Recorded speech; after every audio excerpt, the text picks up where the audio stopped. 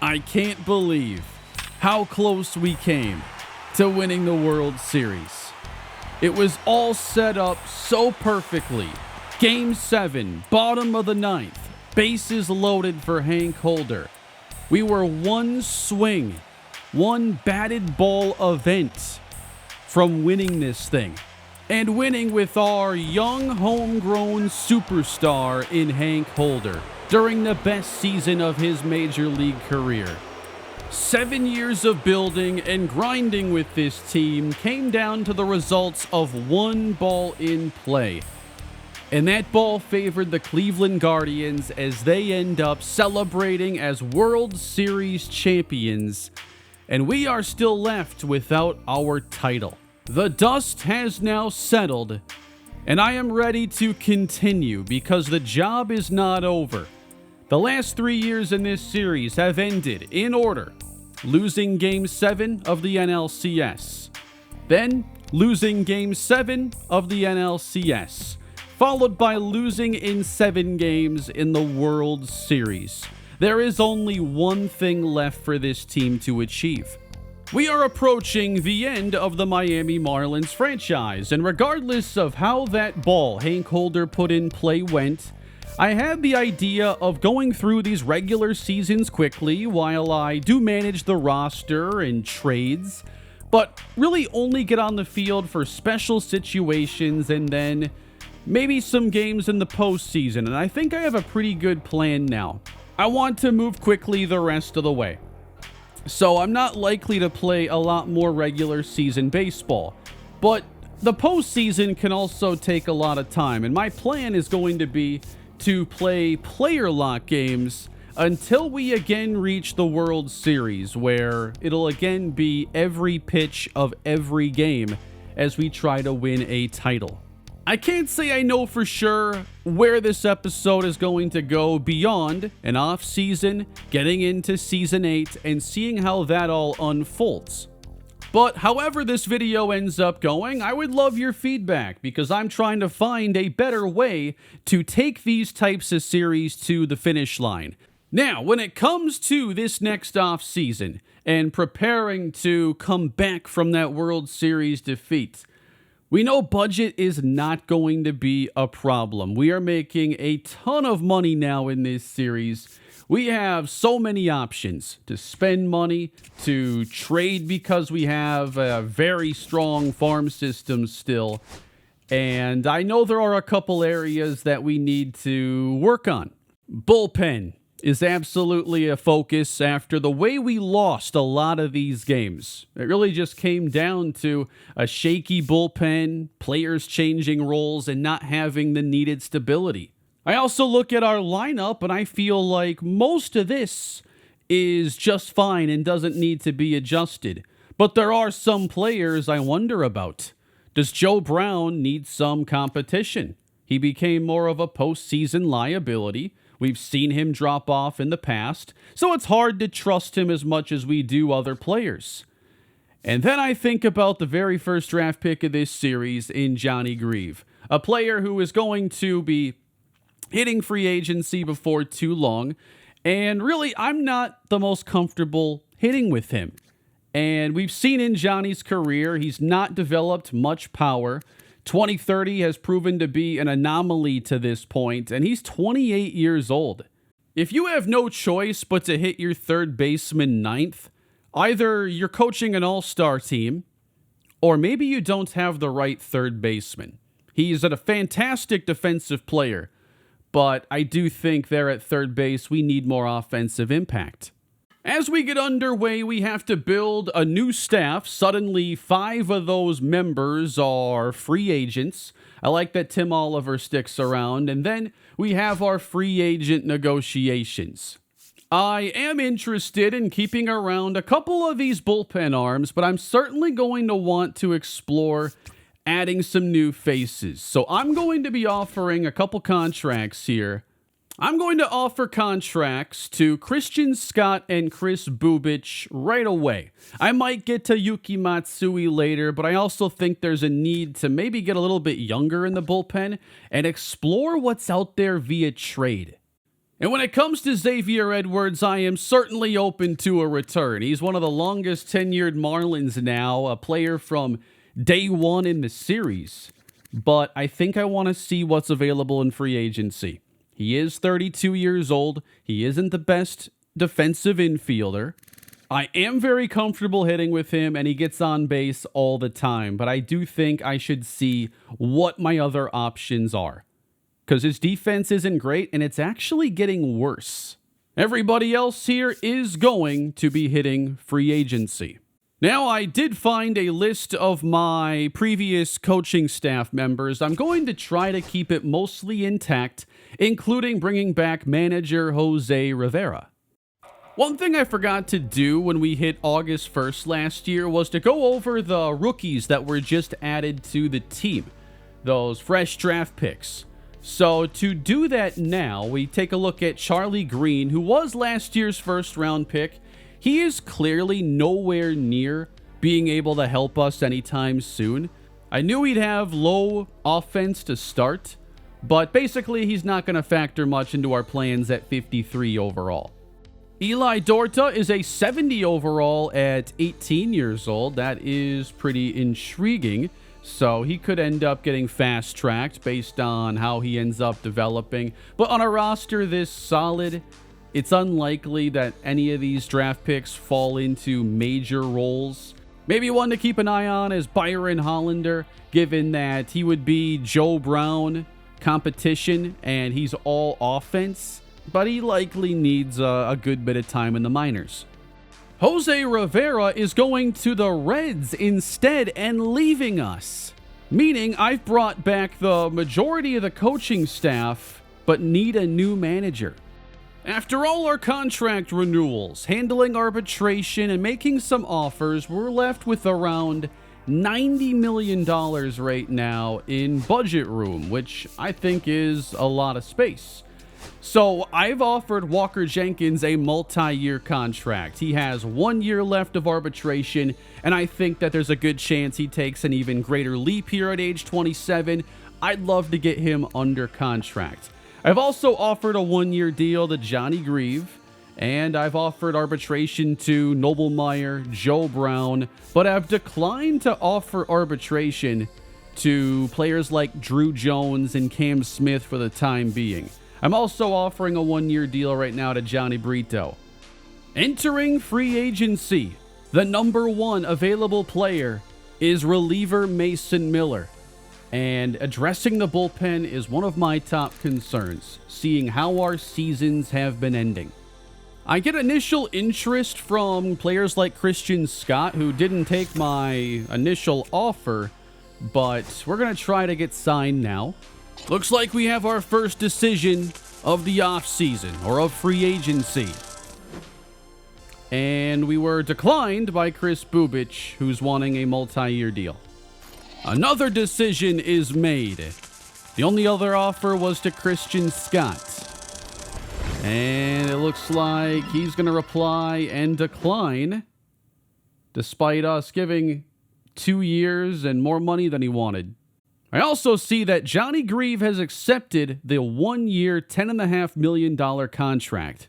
The way I see it with Johnny, I have two options. Either I trade him and be done, or I move him to second base. Another decision has been made. And this time, we're going to be putting pen to paper as we have signed and brought back Christian Scott. He wanted the 1 year deal. He didn't want the multi-year contract. But another decision has been made. And this time it's going to be another contract being signed. Welcome to lefty Chris Bubich, who now takes a 1 year, $10 million deal.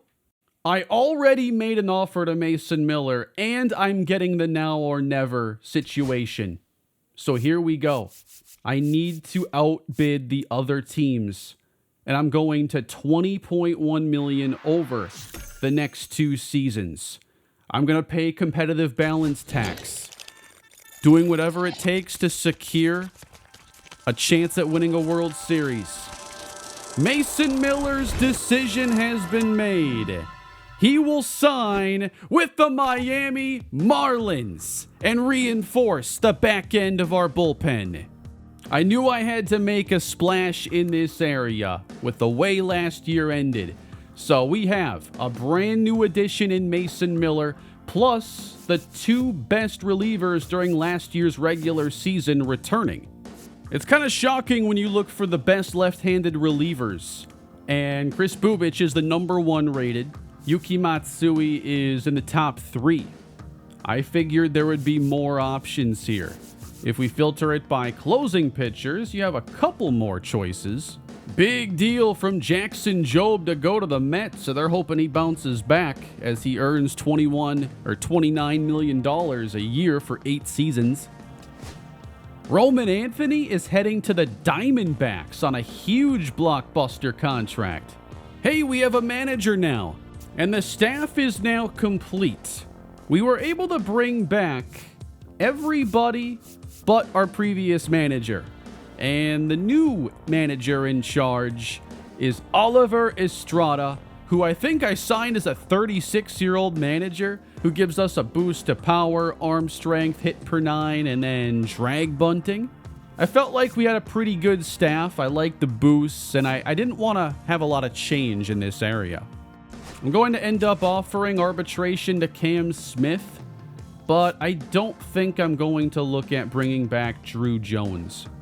I think that it's time for us to move on, and our overall roster has gotten fast enough to where he has less and less value coming off the bench because there are only a couple players he's really going to run for.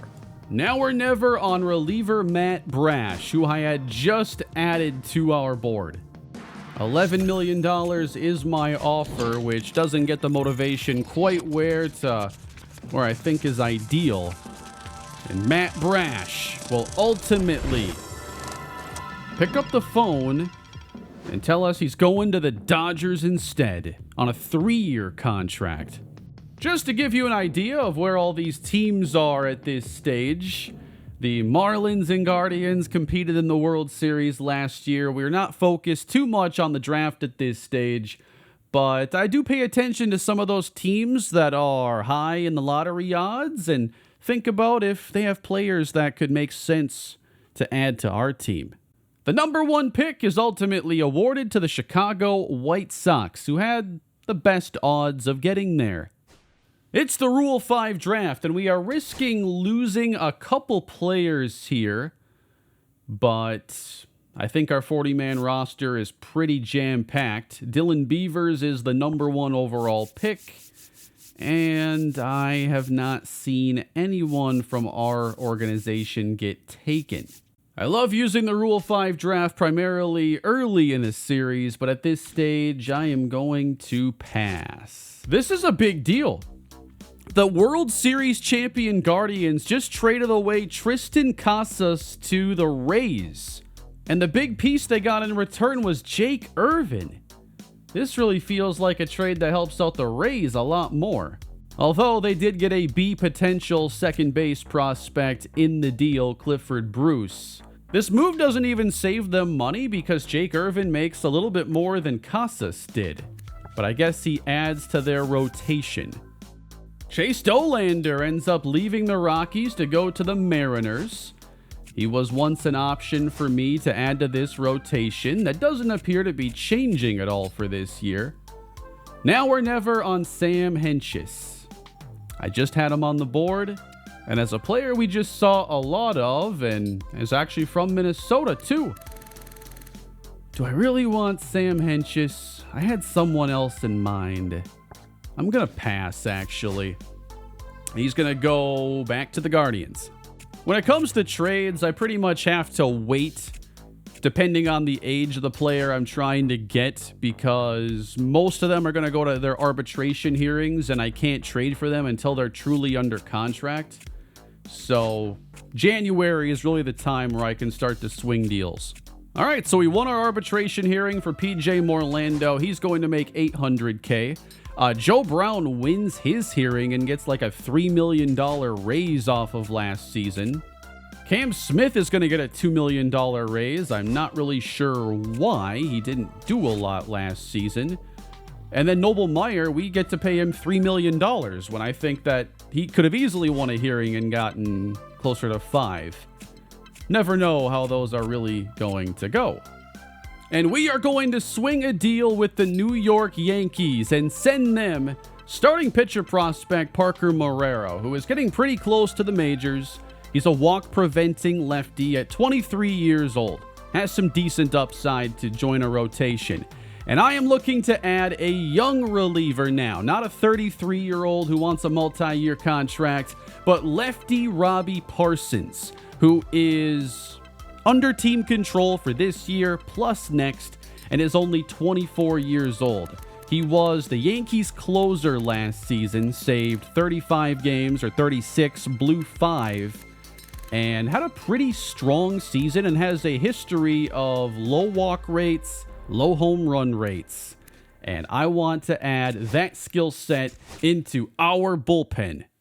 And with how many veterans we have here and still a multi-year timeline of handling the rest of this series, I don't just want to stuff this full of veterans. I wanted someone like Parsons to help balance it all out.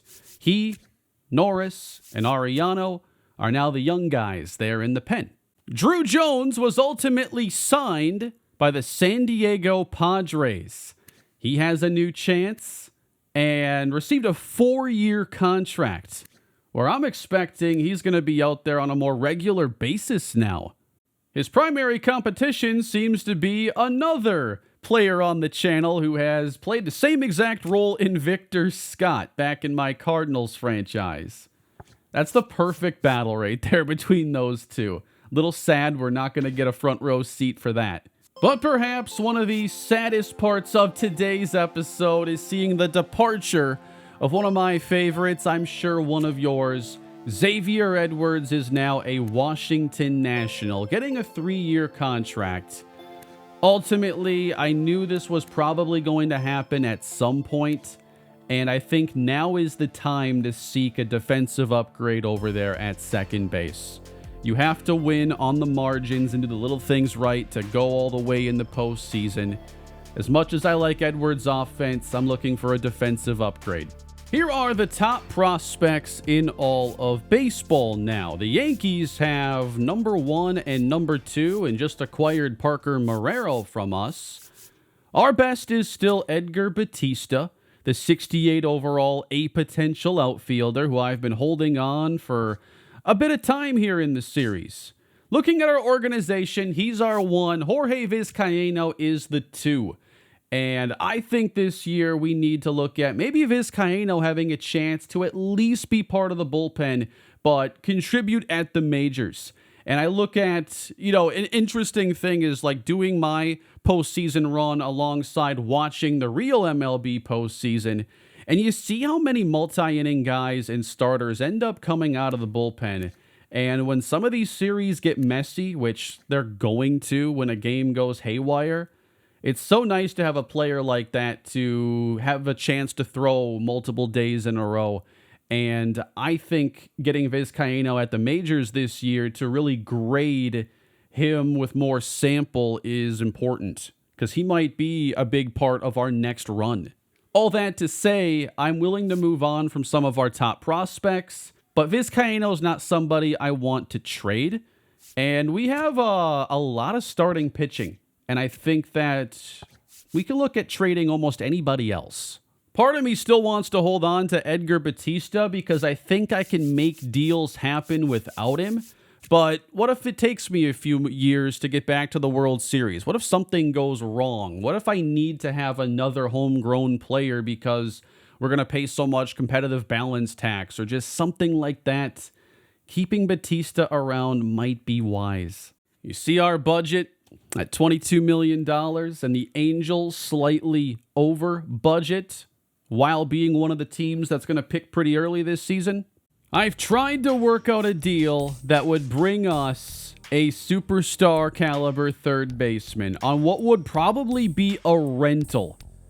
Gary Brady is a first rounder from 2026 who last season finally turned that corner and became an elite offensive player. He made it to his first All-Star game, won a batting title, a Silver Slugger. He has one more year of team control, and he's probably going to get paid big time. But for a one-year rental to work, I've looked at my options. If I want to include Cam Smith and Vladimir Ortiz, who would immediately become one of their top 5 pitchers, the only other prospect that gets the deal done is Edgar Batista, our number 1 prospect, for a rental. That's if Cam Smith is part of the deal. If I want it to be a little bit easier, and especially give us some more room financially, instead of Cam Smith, I would need to probably include Johnny Grieve. And if I include Johnny, this deal does get easier. This is a truly tough decision because I'd love to have that big boost at third base, but I need someone to play second. And I already said I wanted better defense. And the next second baseman we have on the team is Aubrey Fenner, whose defense is not his calling card and hasn't proved himself well at the majors, but doesn't have much experience either. Where could he be with another year of experience, though, is the question. He does have 84 potential, so there is upside for Fenner to get better. And now keep in mind, his fielding ratings, 60 fielding, arm isn't that great, accuracy just 45. His accuracy is actually lower than Xavier Edwards. His fielding is better, and usually when Edwards made a mistake, it was with throwing accuracy. So how much better could Fenner's arm really get in a year's time? I gotta make a hard decision either way. But moving on from Edgar Batista, even at this stage of the rebuild, doesn't feel great. We're going to swing a trade here with the Pittsburgh Pirates. This is going to send Ernest Phillips, who was the first-round pick in year 6, who has 81 potential, so a lower B potential, but could join the rotation as early as this year. Is a really good walk preventer. And I'm looking to add second baseman Termarr Johnson, who has taken a long time to make it to the majors with the Pirates in this series, but did a year ago. His offense wasn't great, but his defense was good enough to actually win him a Gold Glove. And because he's still early and he's only making $819,000, that makes a big deal for where we are as a team. And I'm going to make that move, which gives us now 2 second basemen between Fenner and Johnson. Fenner, a little bit more of an offensive emphasis. Johnson, much more on the defense. Johnson can also play some short. And I think this opens the door for us to trade Johnny Grieve. I am ready to make this move. Johnny Grieve has had his ups and downs in this series. He's been a part of our success, our ascension. But I do think that he was unlikely to be re-signed. And right now we have a chance at adding a player like Gary Brady. This trade is going to include another one of our top starting pitcher prospects in Vladimir Ortiz. But it must include something else. And it's going to have to be a pretty valuable player. Eli Dorta would get the deal done. Another starter might, but a lot of these B potential players won't be enough to get the deal to the finish line. I think I want to hold on to starting pitcher Eli Dorta. He has 85 potential, and if I'm trading away a lot of these prospects, I'm keeping Vizcaino. The only 2 pitchers I can add that would get the deal done are the 2 pitchers I'd like to keep around in Stevenson and Dorta. Man, I don't want to, but I think I'll include Eli Dorta. I'm going to pick Romeo Stevenson, who has the higher potential, better fastball velocity, better stamina right now. He's 1 overall less, and he's older than Dorta. So, there's a good case to take Dorta, who's a lower velocity pitcher. Maybe a little more questionable, just kind of pitch selection with him. And all of this for a rental. Keep in mind, Gary Brady, can he be the difference in us winning a World Series? If the answer is yes, it'll all be worth it. because I'm going to make this deal. And it's done. The Angels have added third baseman Johnny Grieve. For some reason, they're showing him in the Bees uniform here. I don't think he'll play for Salt Lake. I think that is. But I came into this offseason knowing I would probably make this move in terms of adding a big-time third baseman. And I was interested in trying to find someone who was a little bit younger and not just adding another veteran player, but an ascending player like Brady. This might be a one-year solution. He might be so incredible I find a way to keep him around. Who knows? But he has much more proven power. Even if last year was his first season over 20 home runs, he still has a high slugging percentage in the previous seasons. And the arrow is only pointing up. He's also a very good defender. And he certainly won't need to be hitting ninth. Second baseman now becomes a battle between Aubrey Fenner and Termarr Johnson, who can ultimately seize this position. And here is the roster then as we prepare for action in Season 8. My hope is that changes at second, third base, and in the bullpen can get us that World Series championship.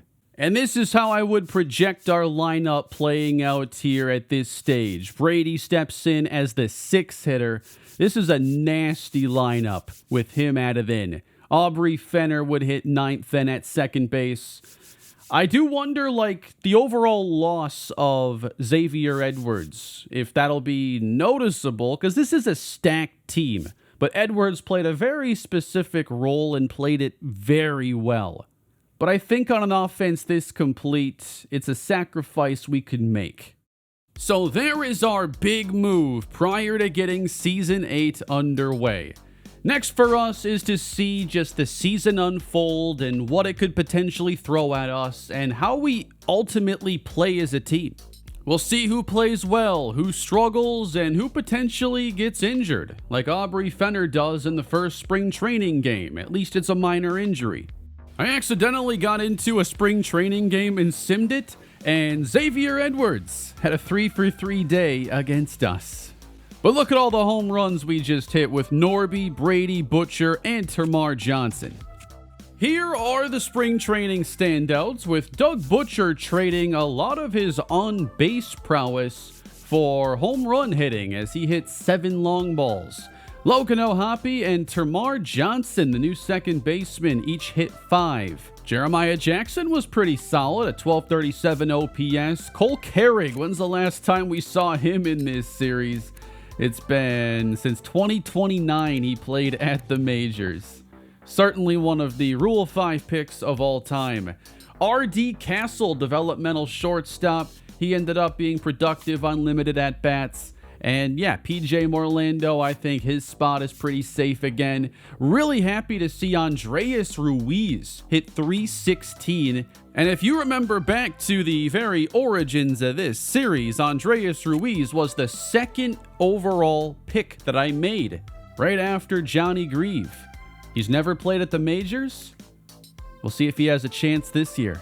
Even Chet Sparbori, the Sparbarian, had himself a pretty solid spring training. We will take that. I should note that Aubrey Fenner struggled mightily at the plate, which with his ratings has shocked me ever since he did not play well in the majors 2031, replacing an injured Xavier Edwards. But he's got competition now. Walker Jenkins also struggled along with Cam Smith and Aaron Jackson. We are going to make another trade ahead of the regular season and send Cam Smith to the Chicago White Sox. I just don't have a great role for him. I like PJ Morlando as that backup third baseman, and I'd like to free up some of this salary in case we have to do something at the deadline. And I'm going to trade for shortstop Tanner Hayes of the White Sox, who has a high C potential and is a good utility player, solid defender, and still only 22 years old. That gives us $14 million in budget in case we need it down the road. It's the regular season of 2032, and here is the roster this season. We've added Gary Brady and now have a platoon at second base between Aubrey Fenner and Termarr Johnson, and I'd say that Johnson so far has earned the chance to get the opening day start. Because of how I spent our money this season, we don't have a player like Shea Langoliers as the backup catcher. Joe Mack right now is that backup and is a defensive specialist, essentially. PJ Morlando, Aubrey Fenner, and Chet Sparbori make up the current bench. Sparbori's getting a chance to replace Drew Jones and is out of options. This is his last chance to make it with us. The starting rotation is the exact same as it was last year, but in the bullpen, Jorge Vizcaíno is the new long reliever, at least for the time being. We'll see how he holds down this role. We have a lot of familiar faces, but now have Robbie Parsons and Mason Miller to help out the back end of this bullpen, which looks very strong. Johnny Brito ended up not making the cut. He's down at AAA. And with that, everybody, it's time to begin the grind to making it back to the World Series. It all begins with opening day and taking on rivals the New York Mets. I wanted to have the chance to at least get a couple at-bats in with one of the newest Marlins in third baseman Gary Brady. We've already scored one here in the first inning of the season. And here is the new player manning the hot corner over at third base. He might only be here for a season, but if it's a year that gets us to the World Series, that's fine by me. 6'5", 236, and a fly ball is drilled out to center field. And out near the track, it is caught. Kyle Harrison, last year's Cy Young Award winner, gets the opening day start. Can he follow up the greatness he showed a year ago? Can't be too surprised when it's a pitcher's duel on opening day. 2-1, bottom of the sixth. Harrison still in the game, and Ryan Clifford with a grounder right to Brady. And a high throw over the head of Joe Brown. That's his first play made in the field as a Marlin, and it's an error. Down below, we can see we're projected to still be the top team in the National League this season. Man, it takes some effort to hit one over, throw one over his head like that. It leads to a go-ahead Mets homer, but then we're able to tie the game up in the seventh, and Brady will try again against lefty Patrick Sandoval. This one's lined right to short, and he moves to 0 for 4. Joe Brown just crushed a home run. It's no longer a save situation. But we're still going to look to wrap this up with our new closer in Mason Miller. He wasn't even closing games a year ago. But that's going to be his role now, and hopefully it gives us the stability that we need. Up 4 against New York. You know Miller has that 102-mile-per-hour fastball. I think it'll get up to 103. And having him on this team means it's one nasty reliever that I'll never have to deal with in those critical games. Ke'Bryan Hayes, thanks for coming. 102 on the edge. Right down the middle. Strikeout of Michael Massey. And Mason Miller shuts down the Mets, striking out the side to give us an opening day victory. Good day for the offense overall. Termarr Johnson had 2 hits today. And Kyle Harrison gave us a solid opening day start. 6 innings, 1 run allowed. The Marlins take their opening series of the year with a triumphant 16-0 win over the Mets, where only 2 home runs were hit. There were, however, 7 doubles and 3 stolen bases. Shane Baz went 7. The season begins to unfold about how we expect, with the Marlins winning 7 of their first 10 games. In that stretch, Doug Butcher is hitting .400, but struggling to open the year are Evan Carter, Hank Holder, who has only a .182 average and no homers, along with newcomer Gary Brady. In mid-April, the Marlins have now dropped 6 of their last 7 games and suddenly have a .500 record. And their 3rd consecutive loss against the Dodgers puts them at 9-10. A lot of the early struggles are sorting themselves out, but Gary Brady still hasn't hit his first Marlins home run and is slugging .288, while Hank Holder and Evan Carter have been 2 of the worst players on the team. We've still been one of the better scoring offenses even with them struggling, and the team ERA is top 5, so you have to think it turns around. Evan Carter immediately follows with a 2-home run game, the best game of his season, a 13-2 victory. Now that's more like it. A rocky first month ends better than it started, with the Marlins now at 16-16. Luckily in the East, no one's been able to separate atop this division. One of the surprising developments, though, of this first month is that we have not one, but 2 batting title contenders, Doug Butcher and Termarr Johnson, who in 108 at-bats has been one of our most valuable hitters in the first month. Evan Carter has struggled, so has Hank Holder. This lineup needs to be adjusted. I'm absolutely shocked that Gary Brady didn't hit a single home run in the first month.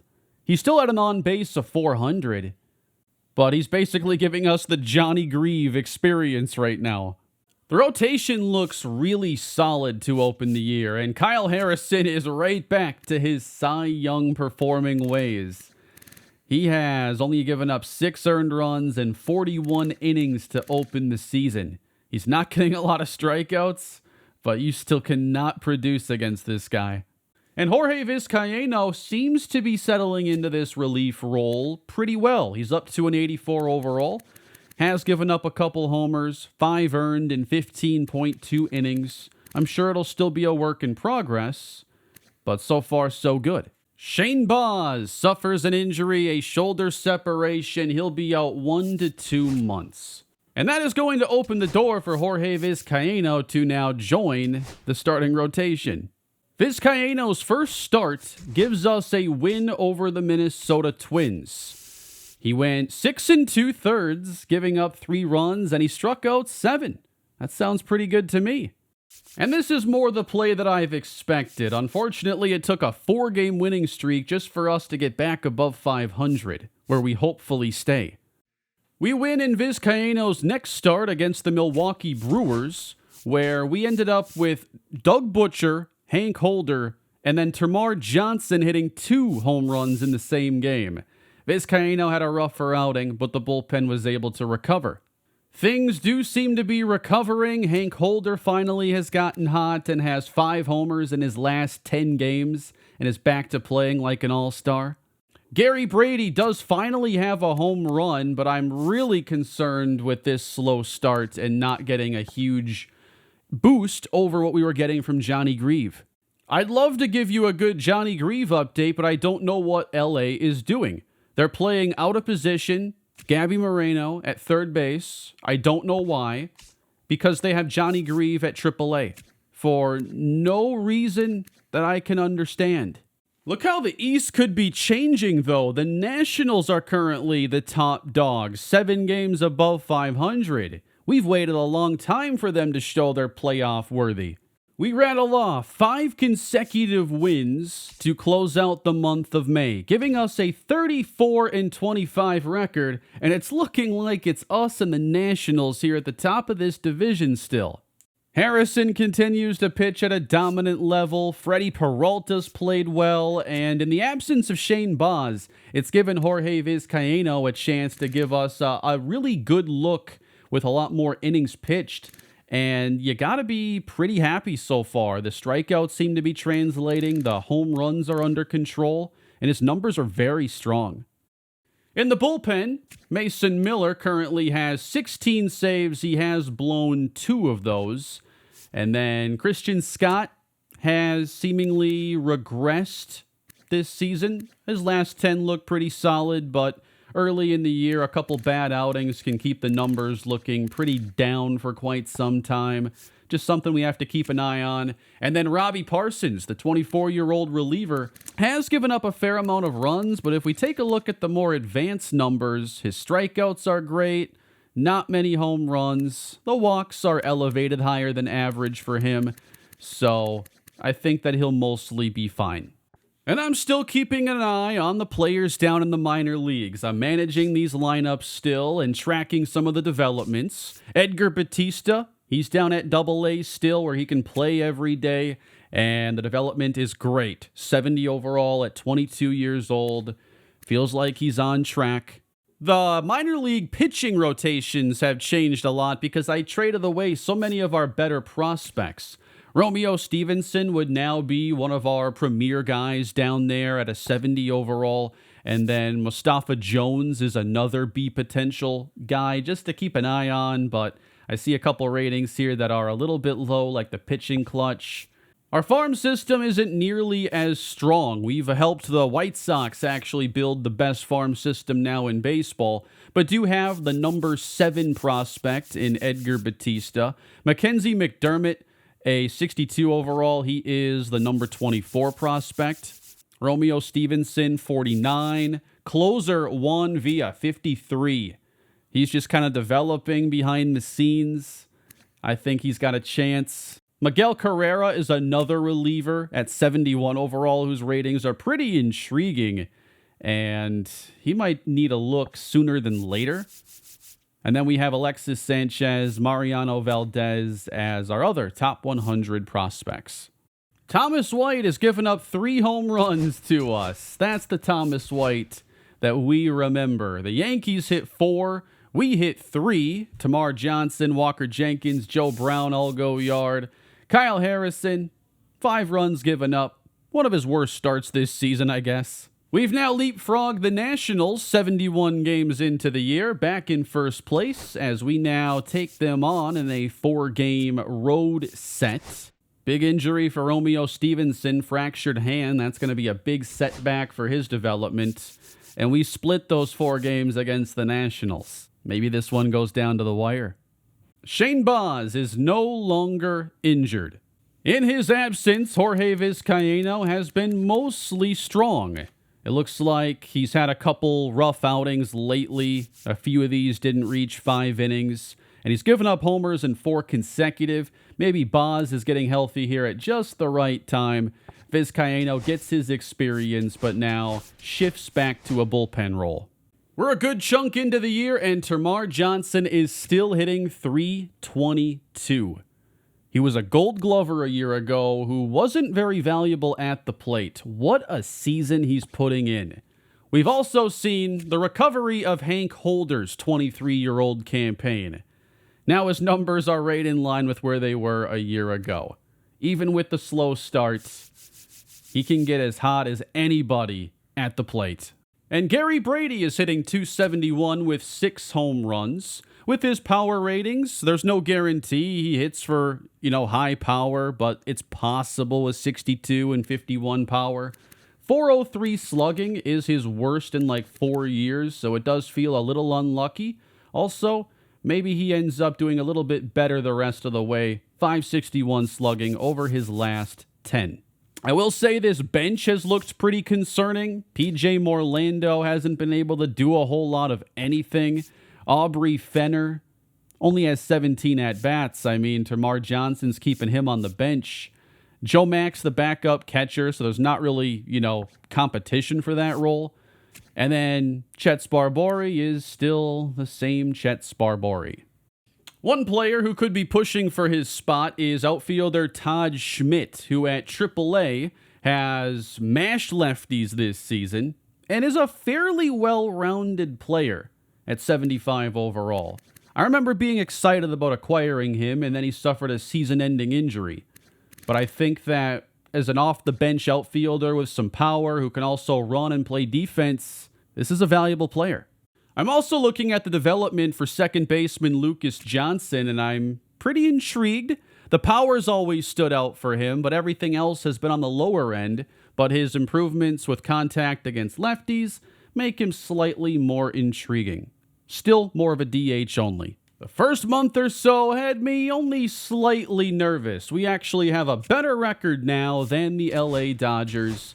Continue to beat them in Los Angeles and sit 5 games ahead of everybody else in the East. I love seeing these lopsided games we play a lot of. How many home runs here? Butcher had 2, Carter had 2, Holder had 2, and then Norby, Ohapi, and Jenkins all go deep. Guys, that is 9 home runs in one game. How did Hank Holder find the time to steal 2 bases and get caught stealing when he hit 2 homers in this game? Good consistency here out of the Rockies pitching staff. All right, it's the first-year player draft, and we'll see if I can come away with anybody intriguing this year. One player that did stand out in my scouting was first baseman James Howe, who just has big-time first base power. Seems like a boom or bust power hitter. I'm intrigued with that skill set at this stage. James Howe ends up getting drafted by the New York Mets. And our first pick is going to be starting pitcher Mark Schnell. There are a couple players who have maybe a better potential range, but Schnell likely has a better starting overall, has some college experience, and comes in 12th on our board. Schnell is our first-round pick. I'm then going to go to our top-ranked player on the board, and Israel Cordova, who's still available in the second round. All right, the potential range here is crazy on Theodore Roberts, 94 to 99. I don't know if he could ever actually reach that with limited offensive skills and already being 22, but we got to add a position player. Theo Roberts is next. And we're going to stick to our board for this next selection with starting pitcher Dwayne Sheely. After trading away so many prospects this year, we're replenishing. And I'll break down those players and the rest of our draft class when the time comes. Next up for us, we have somebody in the home run derby. Hank Holder has 22 home runs suddenly. Where did that come from? I mean, he's almost matched last year's total. He's close to a career high.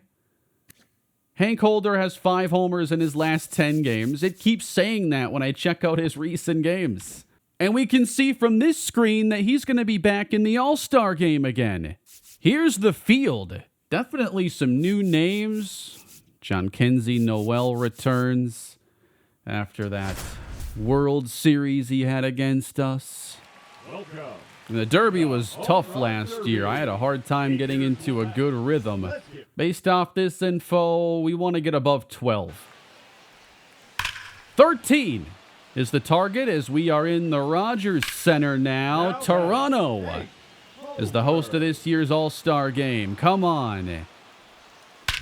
That's more like it, Hank. That's a deep one to center field. Hank, 436. Ooh, the right center gap gets some action now. 414. Not sure this is going to turn into a great round, but that one goes. Oppo. There we go. Got to get into a rhythm again. 3 in a row now for Hank. 30 seconds left. But now with low energy, it's tough to get any of these out of here. Especially on swings like that. Ooh. That one should go, though. We're going to get to 10 there. And now we got just our bonus outs down the line. That's got to be one there. Our target is 13. Ah, bad swing. No. That might be a base hit. That one ain't going to go either. 11 might not be enough. I am not a home run derby guy, apparently. Let's see. Still, it's fun to have a chance to play this finally. Had a chance to go to the next round, but the champion ultimately is Darryl Ingram. Your home run derby champion, Darryl Ingram. Marlins All-Stars this year include defending Cy Young winner Kyle Harrison. Mason Miller is also there. We only had 2 pitchers make it. Doug Butcher, Hank Holder are both all-star starters for the 2nd consecutive season. 4 all-stars this season for Miami. Agustin Ramirez, a former Marlin, made it, and he's been great since joining Toronto. 28 homers a year ago, 16 this season. I don't know why it never worked out with us. Josh Lowe is also an all-star this season with a huge bounce back from the drop-off last year. Maybe I moved on from him at the right time, but he still had an all-star campaign in him somewhere. All right, so we are approaching the trade deadline now, and thankfully, to this point, we haven't had to deal with many injuries. We score our 60th win on July 17th. What a day for Hank Holder. He might have a new career high in home runs. We have won 6 straight coming out of the break. Hank Holder, 24 home runs. His career high is 25. 2 more home runs for Termarr Johnson. Just what a season. I would have never expected anything that incredible. 2 more homers for Hank Holder. Looks like he has a new career high.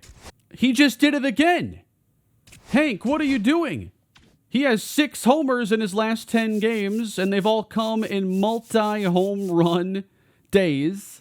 His numbers over his last 10 are incredible. I always knew you could do this, Hank. First month of the season, he was terrible, and now he's been the best player in baseball, arguably. 28 home runs. Does he lead the MVP? He's right behind Darryl Ingram. This is what we've been building for since year 2 of the series. These 2 neck and neck in the MVP race. Kyle Harrison, he's atop the Cy Young voting. Could go back-to-back. Termarr Johnson hitting .326. I lucked into this so badly. Like, I moved on from Xavier Edwards. I'm sure many of you not going to be a fan of that. But to move on from him with a player who is actually competing for a batting title and has a gold glove under his belt, some of my finest work, to be honest. And we're now approaching the trade deadline. We've stayed healthy. We've gotten big contributions from the core of this lineup. We've had some pleasant surprises. If there's anything we lack, though, it's insurance on the bench. And I think I'm done with the Chet Sparbory experiment. I'm conceding defeat at last. We are going to make a trade with the Texas Rangers, sending them center fielder Danny McDermott, who I think is a top 100 guy. And I'm looking to acquire a veteran in Angel Martinez, who is 30 years old. He plays a lot of positions, and I think that we need someone else to come off the bench instead of Aubrey Fenner. I can't trust his bat. Martinez is a much better defender and offensively has been a significantly more valuable player this season. He has some team control too if I want to keep him around beyond this season. So that, I think, is a trade we need to make. I just can't see us being able to trust Aubrey Fenner in any role. His second base defense isn't great. I guess he could pinch run, but this offense doesn't really need a pinch runner. Including PJ Morlando and Joe Mack, we have coverage at all positions, meaning we can kind of ignore position on that 4th bench player. And I think I'm going to do it. This is going to be an interesting one, guys. I need you all to pay attention to this next move. The Chicago White Sox are interested in Chet Sparbory.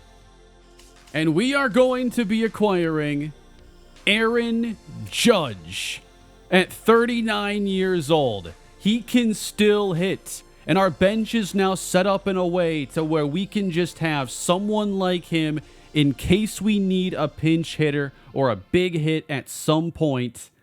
Aaron Judge is still hitting in the 270s. His on base and slugging are excellent. So I'm not worried about vision going down after all this time. He doesn't need to play the field. And what better, Doug Butcher insurance, because we always have to keep in mind his injury history. I want Aaron Judge to join this team in what could be the final season of his brilliant career. He has 578 career home runs. I'm also going to get back a catcher in this deal in Brady Forbes, who is a little bit more offensive emphasized. And if I don't want to have Joe Mack in the postseason be the bench catcher and instead want somebody with a better bat, Brady Forbes is there. And with that, the Chet Sparborian saga has come to an end. The bullpen is in excellent shape. The starting rotation has a Cy Young candidate and 4 other great performers. I don't see the need to make any more moves this season. I believe we're in excellent shape. Todd Schmidt suddenly out 2 to 3 months. A player who would have had, been maybe an injury away from making it to the roster. What do you guys think of those moves right there? Aaron Judge has joined our team, and we've lost 1 game since the deadline. We're over 10 games ahead of everybody else in the East. The deadline has now come and gone. It's August 5th, and we have lost twice since the All-Star game. That's a 16-2 stretch. I forgot to do this part last season, so let's take a look at our draft picks, ratings, and potential then. And those potentials look pretty good. Mark Schnell was our first rounder, a 66 overall starting pitcher who has good stamina, good hit per 9, good home run per 9, and 86 potential. I love that. Then Israel Cordova, 64 overall, 99 potential. Wow. I saw there were a lot of good Central Region pitchers this year, so I just had one of our scouts spend 7 weeks scouting the Central Region, 7 weeks on the International Region, and Cordova was one of the greatest risers. 99 potential. Theodore Roberts, 98, with a 62 starting point. We have a couple interesting second base prospects then. I don't know why so many of these second basemen can't play anything else, though. And then Dwayne Shealy, 93 potential, 55 overall. So that's a pretty good draft overall, as I chose not to sign Elliot Hitchcock. Just looked like he was going to have extremely low overall end potential. I did draft a third baseman in Brock Outlaw, who does have some hitting skills. He's just probably a DH only, but even then he doesn't have much power. So he'll be a career minor league player, most likely. Steven Salas, 70 potential. Not a high enough ceiling to really look at him as a major leaguer. But the first 4 picks of this draft, I think were pretty well done. Andreas Ruiz has a torn finger ligament. And if we had a 27-man roster, he might be number 27. He's now done for 2 to 3 months. And he's going to move to the 60-day injured list and likely be done then this season. He got some good development, but durability was always a concern with him too. And that's why I primarily had him DHing. He wasn't playing the field. We've reached September. The Marlins are 89-49, close to wrapping up this NL East again. Hank Holder leads the team with 34 homers. Doug Butcher and Evan Carter are next with 25. And Termarr Johnson's huge breakout season has continued. The contact against righties is up 8 points. He's now an 83 overall. And look at all that team control he still has. This is one of the most incredible one-year leaps I think I've seen. We've won our 100th game on September 18th. We've just lost our 4th consecutive game here in the final week, and the last game of the year is thankfully a win as the Marlins have gone 102-60. We are the number 2 team in the National League this season, behind Milwaukee, while Cleveland is still the number 1 team in the American League. What a year!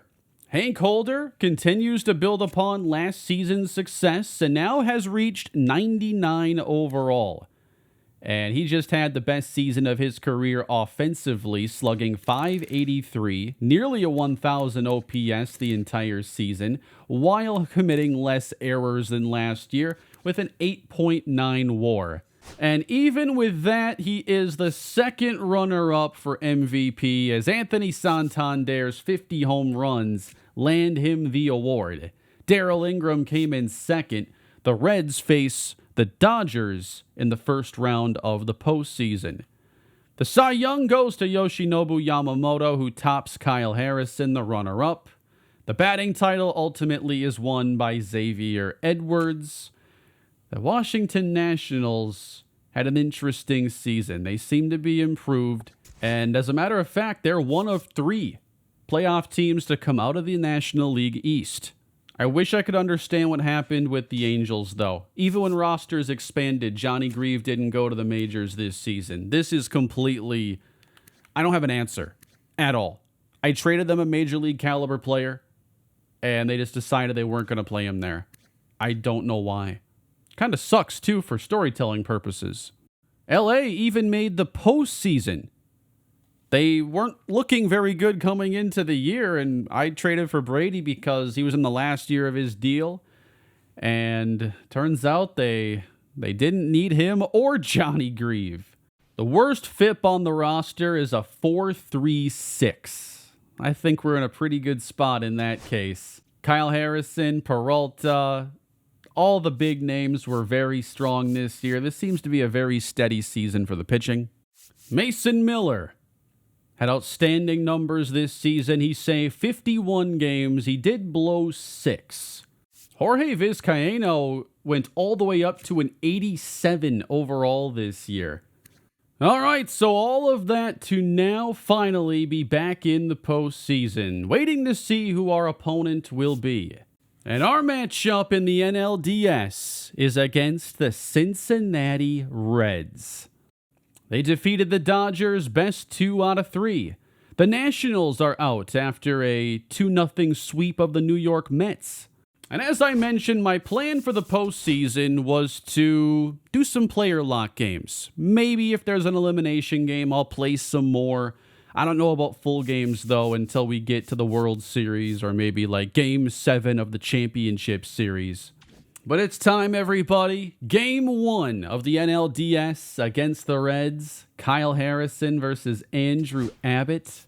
We got to go with Hank Holder after this fantastic season. We're back 3 years in a row. We've had our hearts ripped out in a Game 7. Now, trying to make it back to the World Series begins here. We get on the board early thanks to Butcher doubling, Carter singling.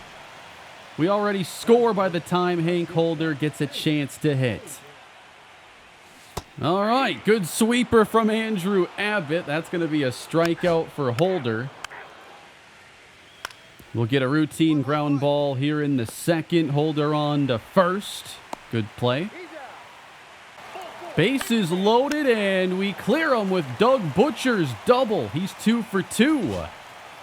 And it's already 4-0 in Game 1. Oh, that was close. It's to right center. Reds keep it 4-0. Runner on for Harrison, top 3.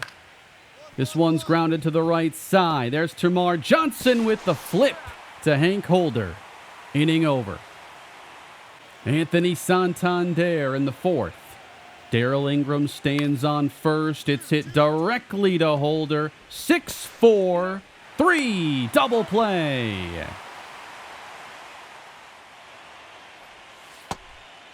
3-2 on Hank Holder, and nobody out. Evan Carter on first. And the Reds into their bullpen. Man, it's hard to get into a groove right now. That's a great pitch.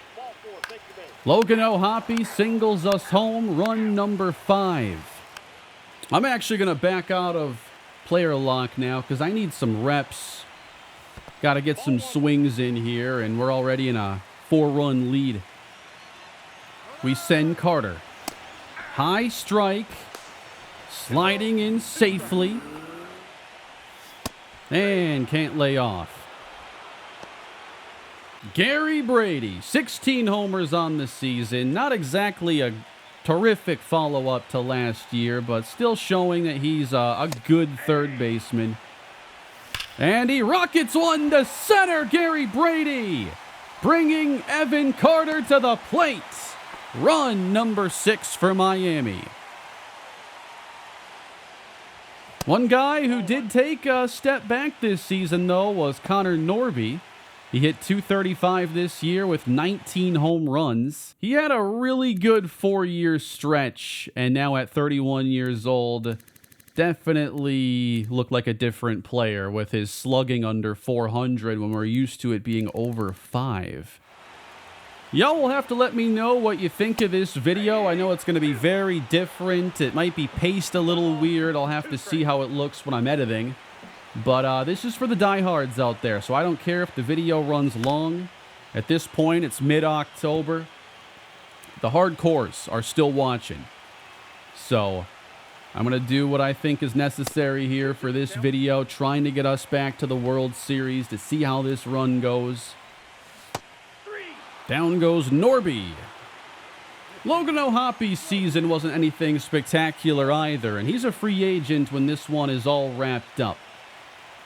But he still has pop, 16 homers on the season. To the right side, jammed. And the inning is wrapped up. We go to Robbie Parsons now, the lefty who came over from New York. Parsons has a 3-pitch mix, a mid-90s fastball, curveball, and slider. So I think with him, we're going to pitch a lot of fastball slider in and then try to get some chases here on the outside with the curveball. And here's a 1-2. Brooks Lee lets it go. And he's out in front. Strike 3. To the right side, Termarr Johnson is there, retiring Jake McCarthy. And Luis Arraez grounds to Gary Brady. 3 up, 3 down. And I finally get a chance to hit with the breakout star of this year's team. 24 home runs for Termarr Johnson, and he plays great defense. And he competed for a batting title for most of the season. Ended up hitting in the 280s, which I think is phenomenal. I would have taken anything above 245 probably. And he drives this to right center. Did not get all of it, though. And it's caught by Ingram. Joe Brown hit .240, 22 homers, 92 RBIs. Decent season. The RBI count makes it look probably a little bit better than it really was. But we'll take another solid season from our first baseman. He flies this one to center. And that'll be caught. Walker Jenkins hit .245 and hit 15 home runs. Not the type of year I was hoping for after giving him that multi-year extension. I thought we'd see further, another further step taken and a chance to become a true superstar. Not this season, though. But it seems like the players who had down years were still average-ish at their positions. It's a pretty good spot to be. All right, strike 3. And in the 9th, we are going to Brian Ariano, who's up to an 80 overall now and put in a really strong season.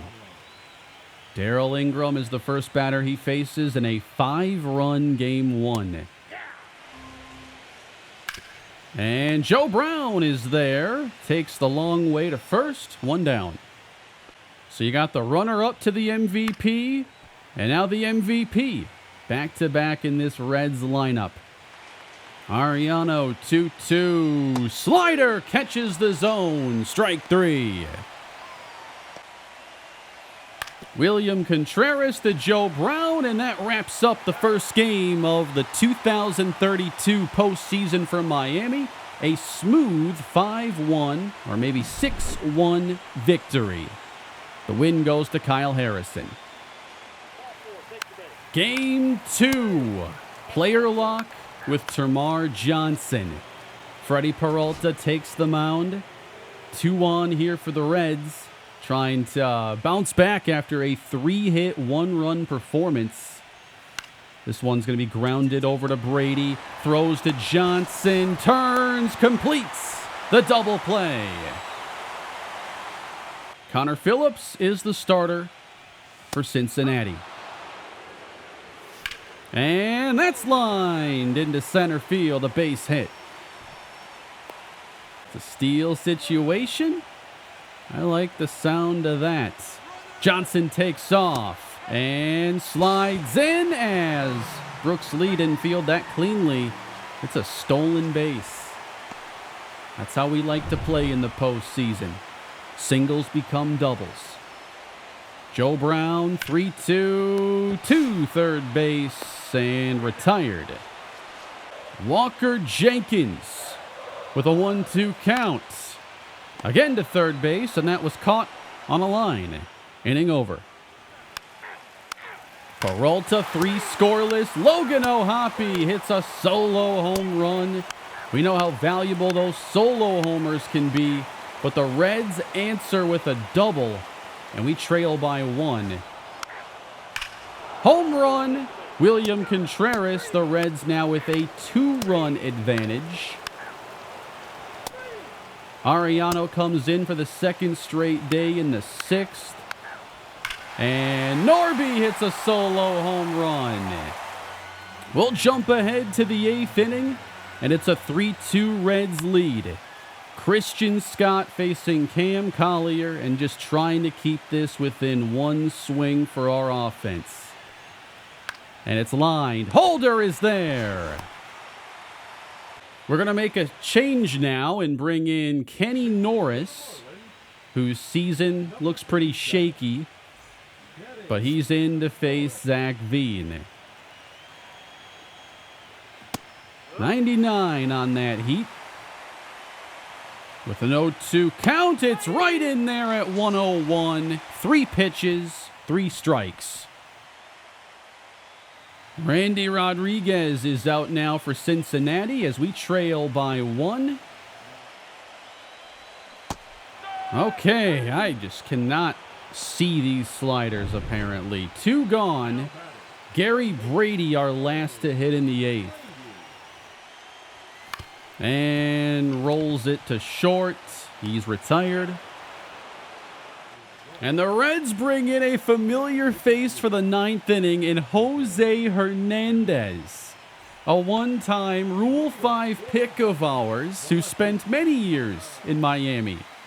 And now he's their closer. Connor Norby leads off the home half of the 9th. Cincinnati has a chance to even the series. It's to short, and it's played on the grass. Norby beats it out. Infield hit. And here is Termarr Johnson now. And could this be a spot for Aaron Judge? Not with the way Johnson's played this season. 1-1. But facing a lefty, if we get a guy like Walker Jenkins, you have to consider it as Johnson drives this ball to center field, camped under, out number 1. Joe Brown is the next batter, and if we can get, one more batter to the plate, we have to avoid a double play. Joe Brown doubled up, and the Reds take it. I was going to have Aaron Judge hit next. Gotta let that pitch go. I'm going to try doing quick manage here instead of the player lock. So Shane Baz makes the start in Game 3. We're in Cincinnati. Who gets that advantage now as Gary Brady drives home Hank Holder and gets us on the board? The answer, though, Cam Collier singles home a run, bottom 1. Triple from Gary Brady, and we've plated 2 in the 3rd. This is all experimental. You'll have to let me know what you end up liking more for this presentation. But we lead it 3-1 now. Heading to the 4th. Shane Baz gets a 1-2-3 inning. Brady just almost drove home Holder. He got thrown out at the plate, apparently. Brady's playing great. And I think we're going to make a pitching change here in the 5th inning. We have a really good bullpen for a reason. 2 on, 1 out. Fielder's choice.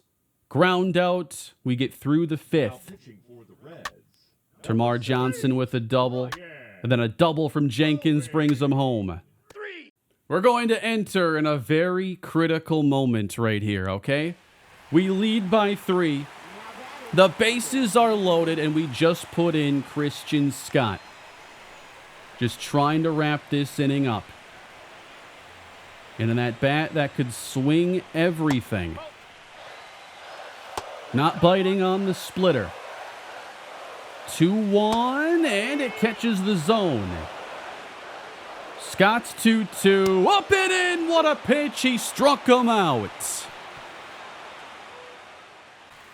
Bottom of the 8th. We still lead by 3. Home run, Zach Veen off of Kenny Norris. And then a double from Jackson Holiday. And I still can't make a pitching change, apparently. So Edwin Arroyo next. 1-run advantage for Miami. Really good speed, too, on second base. That's the game-tying run. Can we get Arroyo? And then maybe a fresh arm in the game. To the right side. No way. A shallow single, tying the game at 4, and the Reds have come back. And we now put in Jorge Vizcaíno. I really thought about making him a part of the playoff roster last season. Chose not to in the end. 4 apiece and a deep line drive to left field. And a go-ahead homer for Cincinnati. Unbelievable. And just like that, the game has flipped. A 7-run inning. Brady doubles his 4th hit of the day. We get within 3 runs, but the Reds are on the verge of taking a 2-1 advantage, putting us behind the 8 ball in the NLDS. 2-0 from Jose Hernandez. Just put in the game to try and seal it. To the right side. Gotta stop swinging at these low pitches here. And Norby grounds out. Cincinnati has a chance. Disgusting 7-run inning. Has them 1 win from knocking us out.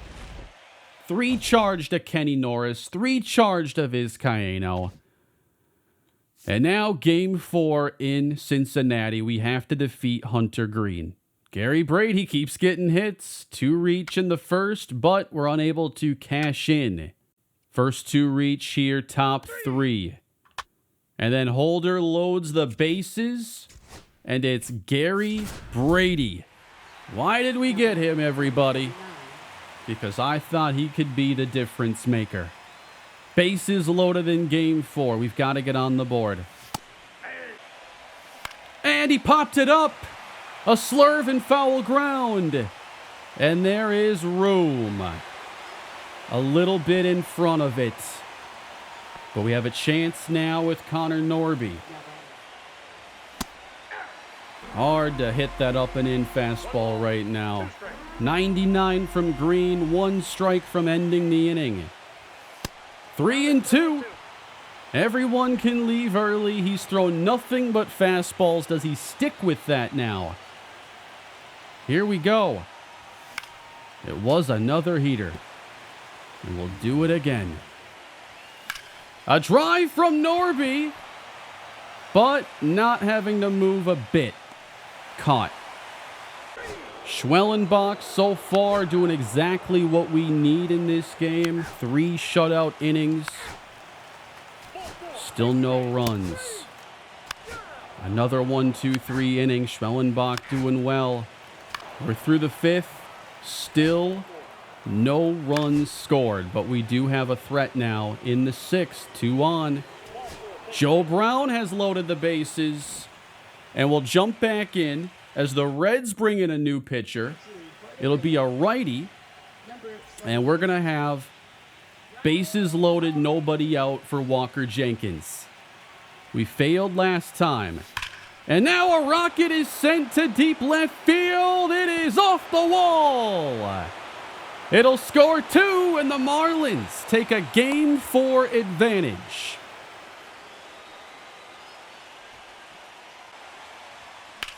To the right side, hit sharply, and Logan O'Hoppe will make it 3-0. And here's the outstanding Doug Butcher, 2-time All-Star. I had a lot of faith in this pick working out. And that's going to make it 4-0. Butcher is retired. Schwellenbach, meanwhile, after a walk to Contreras, is going to come out of the game. And we're going to try to maintain the lead this time. Chris Bubic comes out first, picks up 2 strikeouts, and then a walk of Darryl Ingram. Santander can really hit anybody. The ratings are slightly better against lefties. Chris Bubic, who was last year's closer, will remain in the game. Lost his spot with shaky postseason play and cost us a couple games. Way too low as Santander goes up 3-1. The MVP rolls it. Holder on the backhand, retires him.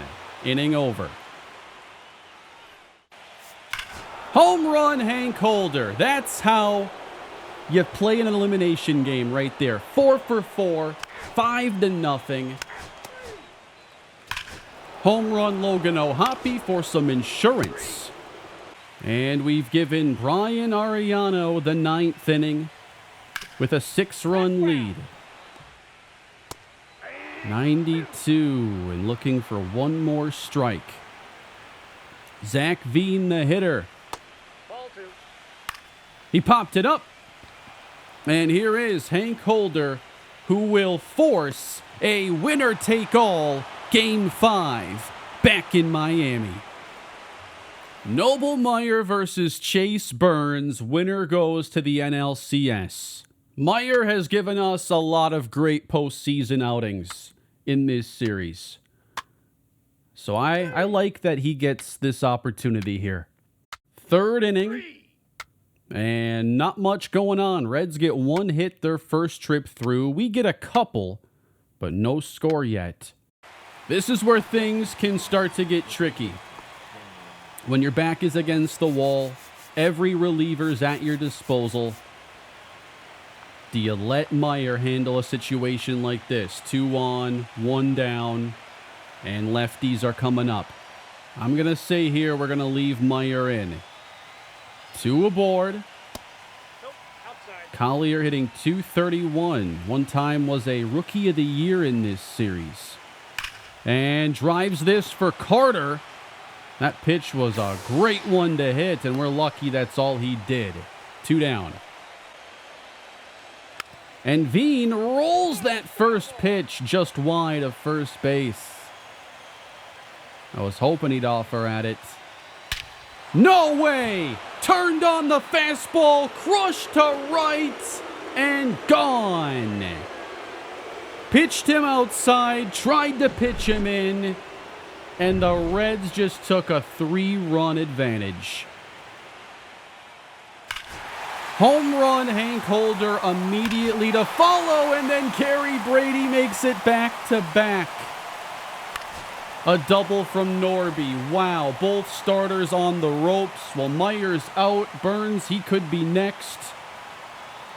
What an answer. Back-to-back homers. Johnson will move the runner over. And Joe Brown to left field. That's down.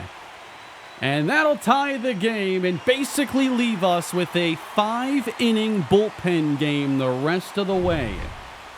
Although Cincinnati's not going to their bullpen quite yet. And that might end the inning.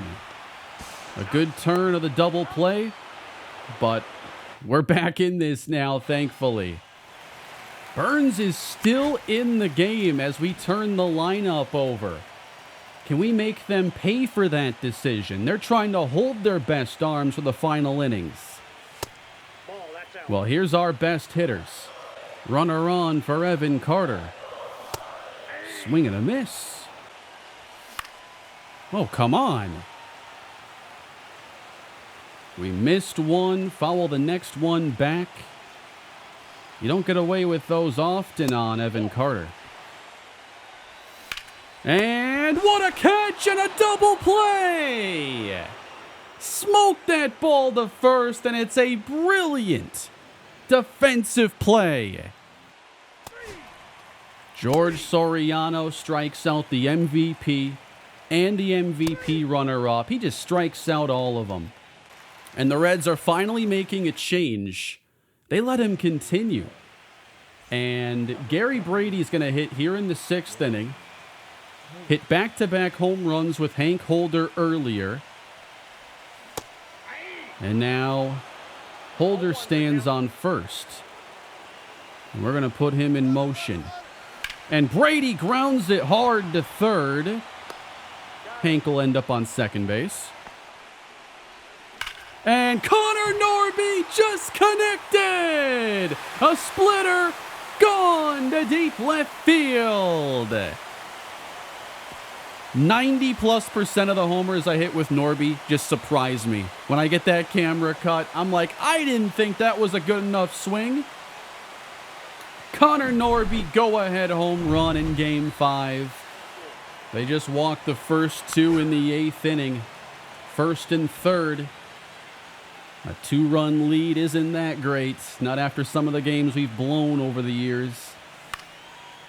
Randy Rodriguez trying to challenge Hank Holder. We send Carter. They do throw. And he swipes second. They challenged him again. Center field down. Here comes Carter. A 2-run single for Hank Holder. Just opened things up. 7-3. Gary Brady now. That's a rocket. They won't catch it. We're not finished. Hank Holder, he will score on the Gary Brady double. 8-3 Marlins. Oh my, Connor Norby to right center. We are all over this bullpen. Another RBI, a 6-run game. We're going to make a move here because I want the chance to see Aaron Judge on this team. Because I don't think he got a chance to do much after the trade. Our bench doesn't get used all that often. Aaron Judge, the Miami Marlin, is here in the 7th inning. And that ball gets hit out to right. He was ready. That's to the deep part of the gap. And it's off the glove. And now Aaron Judge has an RBI double. The Marlins have hit 10. Aaron Judge at 39 years old. I considered trading for him a few years ago. I forget why it didn't fall into place. Like, obviously, there was a lot of money potentially on that deal. But I was going to be willing to, do it under the right circumstances. It just never ended up aligning. Until now. Walker Jenkins. That's not going to get through, and the inning is finally over. Down in order, 3 strikeouts in the 8th. Jackson Holliday, 9th inning for Cincinnati. Knocked down by Morlando. He can't get the ball. Now a drive into center, Cincinnati. They're going to get at least one here with speed sending the second runner around, and it's a 10-5 game. So we've called upon Robbie Parsons now with the bottom of this Reds order. They're down by 5. Come on, guys. Let's get this final out. Let's wrap it up. It's the shallow left. Norby coming in. and we have won the National League Division Series once again. It got a little scary there, but we found a way to win in Cincinnati, come back, and score 10 unanswered runs. The offense just too much for this Cincinnati bullpen, and we have knocked them out. That is just part of our objective complete. 4 hits for Hank, 4 hits for Norby, and we're advancing to face the New York Mets for a pennant. The Athletics in Tampa Bay are facing off in the ALCS. The Guardians got swept. Wow. It's again a best of 7 National League Championship Series against the Mets. Kyle Harrison versus Tarek Skubal. Let's play ball. Here we go again. An error on the first play of the game. First and third, Charlie Condon. Can't drive anybody home.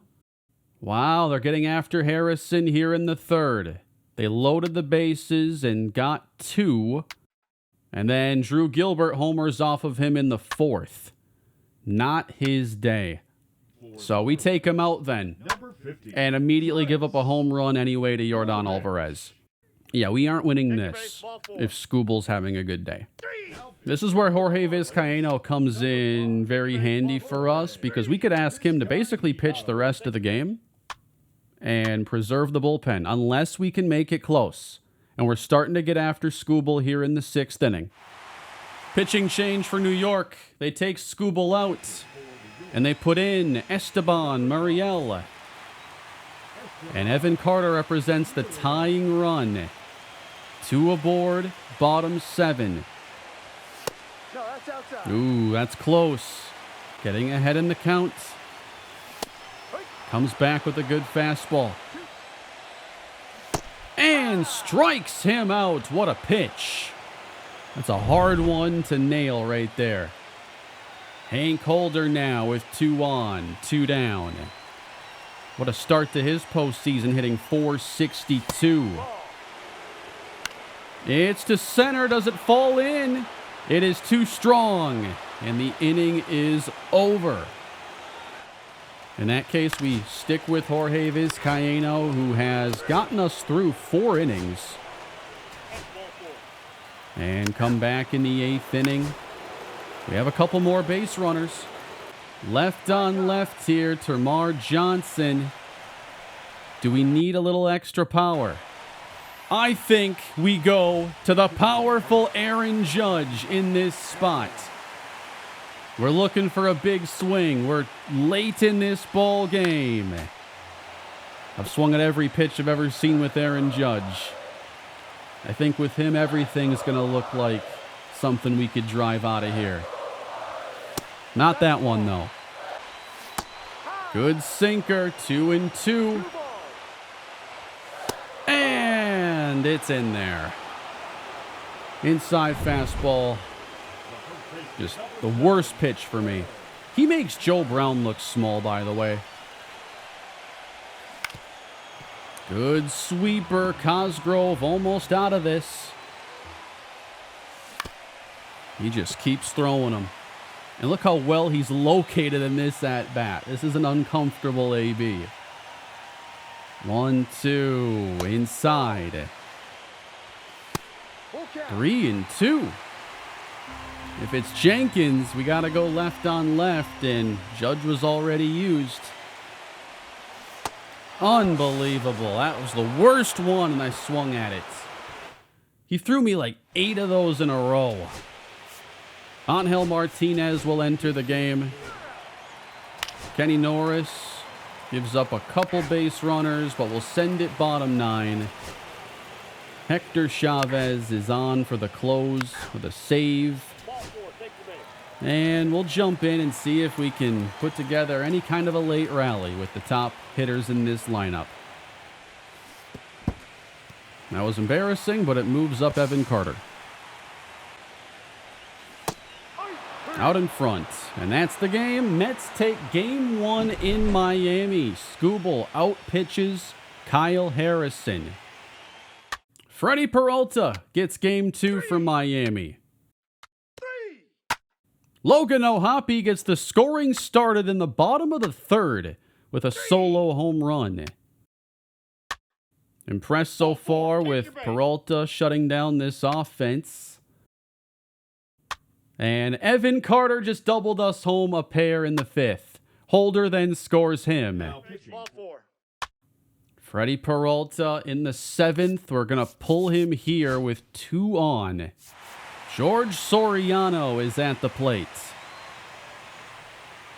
And the slider is in there to Hunter Goodman. Looking for an inning ender if we can get one on the ground.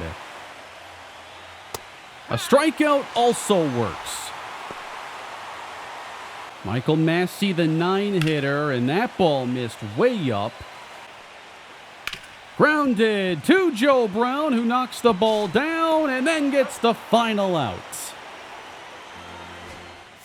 Robbie Parsons enters in the 9th. And here come the Mets with a double from Goodman. The tying run is at the plate with 1 gone. Parsons giving up back-to-back hits upon entering. And now gets Massey on the slider. Tomas Quevedo. Last chance in game 2 for New York. Almost got him there. Base hit to center field. And that'll make this a 1-run ball game. But that'll allow us to now bring in Mason Miller. And he's going to look to get a 1-out save. What if he got the final out right here? Can you get a save without throwing a pitch? Brian Rocchio. We know him from the Guardians. Rocchio grounds it past Miller. Johnson to the bag. And the Marlins take game 2, splitting the opening games in Miami. The Mets now welcome us for 3 in a row on the road. And Termarr Johnson hits a solo homer in the 4th for the first run. But otherwise, this has been a pitcher's duel through 5 with Shane Baz and Jackson Jobe. Christian Scott, 1-2-3 in the 8th inning. Gary Brady hitting in the 9th inning. Can we get any more than the 1 run? They get him on a low fastball. And this is why we got Mason Miller. A 1-0 game in the postseason. And he comes in to face one of the most dangerous hitters I've ever seen in Yordan Alvarez. No room for error. We know what our track record has been in these situations throughout our postseason journey. Got him out in front. 0-2. Not biting at 103. 2-2 from Miller. And he jammed it. Brady out of reach. He drops in for a leadoff hit. They run for him, and now Ryan Clifford hits. And that is a colossal lead. Miller missing inside with the slider. He's up to 9 pitches. There's a good changeup now. 2-2, and Clifford goes down swinging. Clifford's gotten us in this series before. That was a critical out. Charlie Condon. Good slider from Miller. Now Morabito takes off, and it's thrown away, but Holder, very heads-up play. Got him out in front there. The tying run is now at second. Condon just gets a piece. And now the count has run full. And it's into left. Norby has to play it on the bounce. It did hold Morabito. So it's basically a walk that took more effort. Carson Benj. Mason Miller in trouble. One gone, but also one pitch away from getting what he needs. That's a good changeup. We needed one of those. 25th pitch from Miller, and it's a great one fouled off. He's still hitting 102. Is this good for the human arm? Taken low, runners to advance. O'Hoppe gets him at third. And there are two down. Full count now on Benj. And that was missed. Way up there. Do we think about a change with Drew Gilbert now at the plate? I think we need to with this pitch count. And let's go. Chris Bubic, the more experienced closer, to get us the final out. He's off to a good start in the postseason. Bubic versus Gilbert. Game on the line for a 2-1 series lead. That wasn't where I wanted it, but I'll take the result. Bubic, grounded to Brady, has to recover. Everybody's safe. And they're loaded. And the Mets will bring Hunter Goodman to the plate. Here we go. 0 for 3. And outside. Goodman to center. Carter measures. And we have won Game 3. Again, these innings, these end-of-game sequences are not easy in the postseason. We cannot just stick with Mason Miller there. It takes two pitchers, but we do get the job done. Great outing from Shane Baz. Outpitched Jackson Jobe. 1-0 Marlins. And now we go for a big lead as they are going to go back to Tarek Skubal, who just pitched 4 days prior. If we can win this game against Skubal, that would be so demoralizing for the Mets. So where's his energy at here entering this game? It's full. Home run, Evan Carter, second batter of the game. And that sets the tone. Spencer Schwellenbach will pitch for us. Leading through one. Holder doubles now in the fourth. And Gary Brady doubles, but they get Holder in the process. Back-to-back singles now with one gone in the fifth. Butcher flies out. A strikeout ends the inning. Schwellenbach gives up a double in the sixth. I think we're going to the bullpen then. Brian Rocchio next. Flies out. Jordan flies out. Home run to take the lead, Ryan Clifford. And Skubal continues. What a pitcher. They take him out, though, with two gone in the seventh. The Mets had a run. Couple hits given up by Robbie Parsons. And it's a two-run game. How big would going up 3-1 be? Can we find a way to steal this game?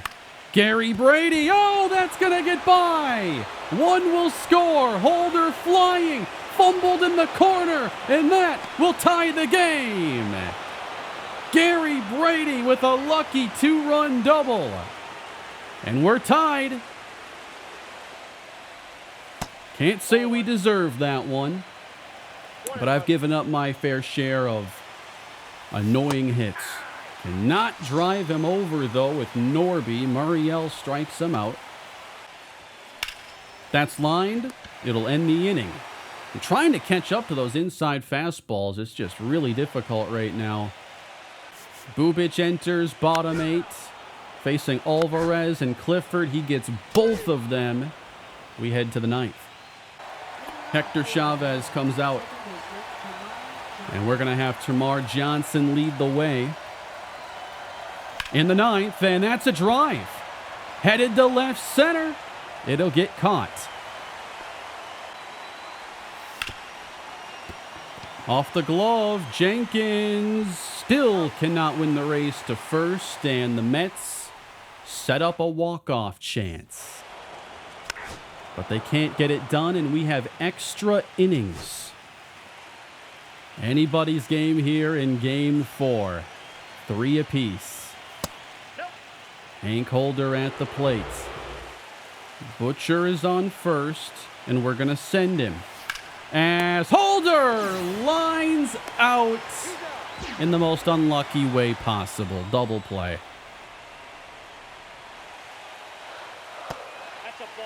Trying to avoid a walk of the leadoff man. Ariano's getting the 10th. Flied for Carter. And he's under this one. One gone. It's going to come down to Rocchio, or we'll play on. Alvarez would be next, and he's going to hit with the chance to win it. And I feel like I have to throw Kenny Norris here in this spot. Last lefty available. Popped up.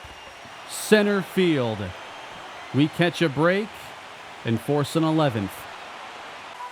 We lead off with Gary Brady. And I've enjoyed getting more at-bats with him now.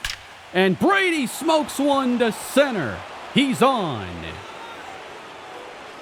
We have the option to run with him. He can steal.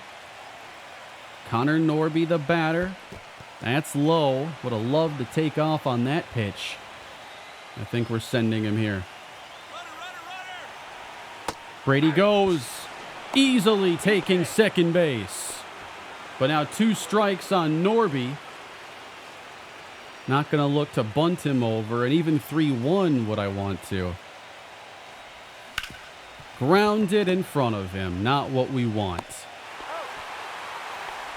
Logan O'Hoppe. 0 for 4. Or do we want the X factor here? I got Aaron Judge on this team so that in big spots I'd have the option to bring in a very dangerous hitter. And that's what we're going to do right here. Aaron Judge, go ahead, run on. He's back in New York facing the Mets. Judge, who I don't think has won a World Series at any point in this franchise. Spent a lot of years on the Yankees, eventually left. That's to right center, over into the gap. It does get down. A late break from Brady. That could have given us the lead if I trusted it better. Aaron Judge moves him over. We're, of course, going to now run for Mr. Aaron Judge. And it's Termarr Johnson, the breakout star of the year, who will try to put us in front. 3-0. None of these close. Joe Brown's next, if I want to stick with him. There is a strike. And a drive that's headed deep to center. That's going to be plenty. It's caught. And here comes Brady as we turn in the 4th run. Oh, I liked that swing. We're going to stick with Joe Brown here. Oh, come on. That was timed. I know that was good. Lucky break for New York on that. It's by him. And moving up, we have Angel Martinez. And Joe Brown sends one deep to left. This one has a chance. And Joe puts us up 3. Marlins score 3 in the 11th. Aaron Judge, Joe Brown, huge hits. that put us in front. I stuck with them. I think I made a bunch of good swings there too. And they're going to make a change. We're going to have at least a 3-run lead as we attempt to go up 3-1 on New York. Joe Mack goes behind the dish. And we are going to put in Christian Scott here in the 11th inning. Now, one time he was a closer for the Rockies. He's gotten some attempts with us. Clifford hits first, 4, 5, 6 hitters for New York. Big swing and miss. Scott breaks out the splitter and gets Clifford. Condon. Who would have thought these two would collide here? Two former Rockies head-to-head in the postseason. Got him on that low sweeper, 2 strikes. And the count's full. Missing with the splitter. Carson Benj now, and Joe Mack, he's the defensive replacement. Very good defensive catcher, by the way. The sweeper will get through the right side and bring the tying run to the plate. It's never easy. We have one more option on the bench, really, unless you want to go with Miller here. We could. It's Jorge Vizcaíno. You know what? Give me Mason Miller. You got to dig deep here in the postseason. 2 on, 1 gone. We're going to win or lose this game with Mason Miller. And that's not a good first pitch. Come on, Mason. I need a little more confidence here. Not close. This is not good, guys. 3-0. It's still a 3-run game. There's a strike. And he takes ball 4. Loaded up. Miller will face Hunter Goodman. Goodman to Johnson. It's by him. 1 scores, 2nd behind, and it's a 1-run game in the 11th. Hunter Goodman, 2-run single. And now we're going to have a mound visit for Mason Miller. Come on, Mason. The numbers, Mason, what do they mean? I want to go up 3-1. 101. Michael Massey. This may be Mason's last batter. 1-1. Inside. I know he's tired, dude. Grounded. Brady. He's going to start it. And double play. Mason Miller does end the game, and we take a 3-1 advantage. Wow. I can't stand having to close these games out. There is not a lead that I'm comfortable with. I've blown a 6-run lead. It's been done before. I'm more just surprised when nothing happens. 3-1. One more, and we get our chance at the World Series again. Holy cow, guys. I hope you're all enjoying the video. This split recording session, by the way, is a crazy one for me. And we're going to try to end this now in New York. I don't care about clinching this at home. Alexander Williams versus Noble Meyer. If it goes to a game 6, it'll be Kyle Harrison in Miami. Noble Meyer didn't go that deep in that last outing. Gary Brady stays hot with the home run. Let's go, Gary. Didn't look like a great acquisition at first, but it's turned into one very quickly. Back-to-back hits. Oh, they just double up Carter. Meyer this time does get through the 4th. Now we're going to take him out here in the 5th. Runners at the corners. We go to George Soriano to face Brian Rocchio. Good fastball. Trying to protect a 1-0 lead. Those are two excellent pitches. Tough locations. The 1-2. Drifted into the zone, but spoiled. Got to keep that changeup more down. That works too. He grazes the edge, and the Mets leave two. Home run tying the game. Ryan Clifford in the 6th. Oh my.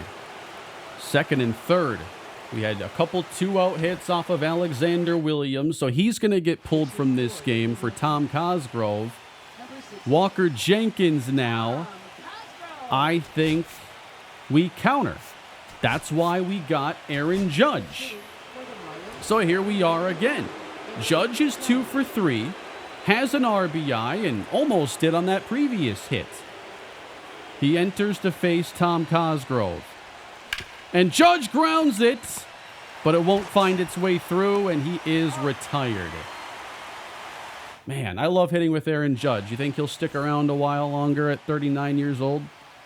Some trouble for us here, especially considering where the pitching is right now. But we got to do what we got to do. We're going to put in Robbie Parsons now in the bottom of the 7th inning. 2 in scoring position. Not an easy spot to be in. Rocchio first. Nasty pitch from Parsons. They put a bunt down, and it's going to get them the go-ahead run. 2-1 New York.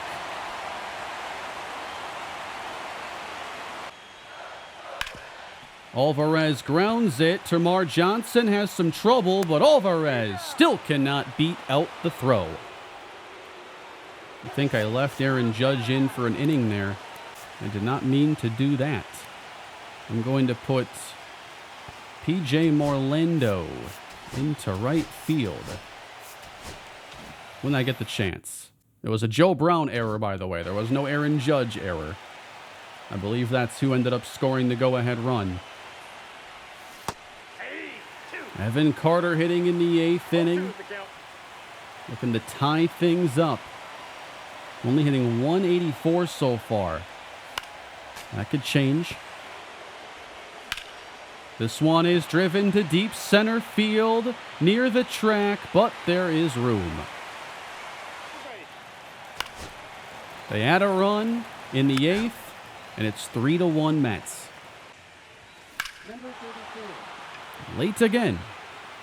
Still a chance. Way out there, Holder does fly out. And the Mets take care of Game 5, forcing a trip back to Miami. It's now a 3-2 series lead for Miami. Kyle Harrison versus Jackson Jobe. Can we clinch? A double to start the game. Holder walks. Can we get after Jobe early with Gary Brady playing outstanding in October? Can't catch up. 98 from Jobe. By the catcher. And now both move up. He broke out the sweeper that time. And now 2-2 on Brady. By him again, but we're not going to test it. Jobe in some trouble, and he gets Brady out in front. Good cutter. Nice pitch. But still a chance. Connor Norby. How many can you throw? He's got the backstop that's, fairly friendly here. And he's using it. 3-2. Termarr Johnson's on deck. A lot of pitches for Jobe. And he walks him. Man. Loaded for Termarr Johnson. Looking for a signature moment as we're one win from clinching the pennant again. That was a better one. 98 on the heater, and he's ahead. Pitching away from Johnson. He pulls it behind the first base bag. Great play. Just a really good pitch and a really good defensive play there. Again, 2 base runners in the second. This time we do score. Logan O'Hoppe doubles home Joe Brown. A double from Evan Carter with 2 gone brings home Doug Butcher and extends the Marlin lead. Meanwhile, the Mets have basically gotten the leadoff man on in nearly every inning. And this is a big spot suddenly for Kyle Harrison, who hasn't seemed to really be at his best yet. 2 on, nobody out. Can he settle it down? We're in the 5th. Still accurate there with the change. He struck him out on the changeup. Drew Gilbert flied for Norby, and now there's not great speed on third, but they'll try to score and will get Ke'Bryan Hayes home. Base hit to right field now for Quevedo. Not quite to Alvarez yet. They have a different lineup here. They're going to hit Andrew Monasterio. And it bounces away from O'Hoppe. Took him a step to get there, and then he gets the out at third. That's a break for us. We make it through that tough 5th inning. And here goes Brady with a rocket. It is gone. Marlins back up 2 immediately. He is a really fun guy to hit with. He's got a nice swing, barrels the ball up with ease, and he's been one of our top playoff performers. We'll take Harrison out in the 6th inning, and we're going to go with Kenny Norris because we're still going to see this part of the lineup again. We'll save Parsons, but Kenny gets us the first 2. Jorge Vizcaíno enters the game. Ke'Bryan Hayes in a key spot for New York. Oh, come on. Hard to track those submarine pitches. Grounded and tapped back to Vizcaíno. The throw is on time. Vizcaíno then gets us a 1-2-3 7th. Christian Scott in the 8th inning gets the first 2. And now he's going to face Yordan Alvarez as we try to ensure a lead makes it to the 9th. 1-0. 2-1. Got to pitch very carefully here, and if we don't get him, then we have Robbie Parsons. That's low. That's a ball. Not biting on any of these, though. And it's a walk. In comes Robbie Parsons then, who's been off to a solid start in the postseason. 2 aboard, or 1 on for Clifford, rather. Good pitch. Almost hit him on that one. 2-1. Breaking ball, and it's hammered to left, but Norby chases it down. Yeah, they use Genesis Cabrera quite often, and Walker Jenkins leads off. You know where this one's headed already. Aaron Judge. All right, that one surprised me. This one gets singled through. We have a hit here in the 8th inning. Doug Butcher. Now a chopper to the right side. And we're going to go to the 9th. Here we go. Mason Miller on for the save.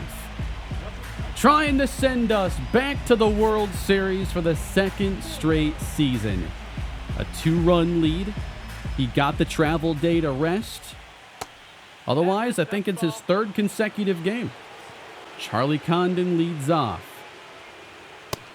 Good pitch at 102. Grounded right to Joe Brown. Taken care of. 1 gone. Before I forget, they don't warn me because that's his true position, but we're going to put in I think we end up with Orlando possibly being a better fit. He is a true outfielder. So PJ's out there. Brian Hayes is at the plate. We're far away from the likes of Yordan Alvarez. The Mets need some big hits late from those lower in the lineup guys that often give us problems. And Hayes was so far ahead of that. He swung at it yesterday. 1-1. 1-0-1. How about that? He chased it. He never had a chance. New York is down to their final out on the season. Miami trying to clinch the NLCS, and it's popped up. Under it is Hank Holder, and he will glove it and bring us back to the World Series. We've won the pennant for the second straight season. And we have a battle-tested, experienced team that now has a chance to claim that championship. And that means we are going to have full World Series games returning to the channel again. One more try at it, guys. What a win. I love this team that I've constructed. It was even really fun going through this experience, even though I didn't really play much at all until we got to the postseason. And we're either going to take on the A's or the Rays. Are you kidding me? The Athletics are one game away. The Athletics are back. And they face the Marlins. What a perfect setup. Looks like Freddie Peralta's getting game one against Casey Mize. The Athletics guys of all teams. Nolan Jones is their top player. Richard Lind at short. They got a lot of shortstops here at the top of their roster. Glenn Bryan, this guy, he's outstanding. I remember the 2029 season when he was competing for a batting title. Starlin Caba, we traded him there. And he hasn't exactly panned out. Jacob Wilson, Jose Butto, who we faced in last year's World Series. Wow, Otto Lopez. Here's their rotation. 3 players in the 80s, a couple in the high 70s. Robbie Snelling is a part of their bullpen at 28 years old. He's regressed. Closer is Jose Butto, and we know him well. Very well. Let's see that lineup now. The standouts are Brian Berg and Jones. They have an aging O'Neal Cruz at 33. Oh, they do have Kurtz down here. Okay. So they got the big lefty bat here. His numbers have gotten better. He had a really good season. He's hitting 8th, though. Otto Lopez, a mainstay from the early years. He was part of the series, looks like, for 4 seasons. And it's now year 8. And we're getting our second chance to win a World Series. The Guardians were incredible in that last World Series. And the A's swept them. And then they beat the Rays to set up this matchup. Winner take all, starting next time we get another World Series run. Thank you all for watching. I'm sure this is a ridiculously long video, but let me know what you thought. And at least there's some payoff, because we're going to get the World Series underway next time. I can't wait. Thank you all for watching. That's enough from me today.